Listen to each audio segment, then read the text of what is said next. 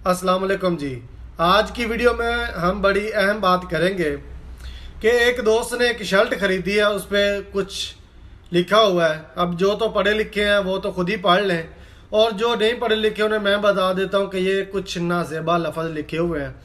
तो ये आपसे ये वीडियो शेयर करने का मकसद सिर्फ यही है कि अगर कोई भी दोस्त जब भी कोई शर्ट वगैरह लेता है, कोई भी चीज़ लेता है, कोई अपर वगैरह कुछ भी ऐसा कुछ पहनने के लिए जब भी लेता है, तो कोशिश करे कि वो जब भी ऊपर कुछ लिखा होता है तो या तो वो खुद पढ़ ले।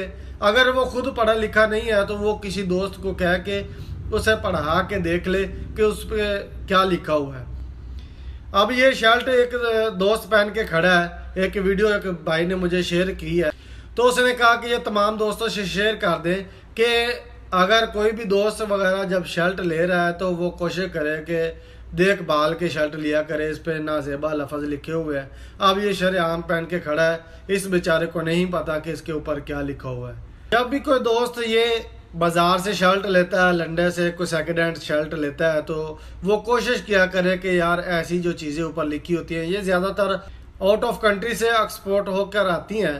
तो हमारे जैसे दोस्त जो काम वगैरह करने वाले हैं वो लेके इन्हें पहन लेते हैं। तो वो कोशिश किया करें कि जो ऊपर लिखा हुआ है उससे परहेज़ करें। जो बिल्कुल क्लीन है, जिस पे कुछ नहीं लिखा हुआ, कोशिश करें कि वो खरीद ले। अब ये शरेआम पहन के खड़ा है तो देखने वाले को भी शर्म आ रही है।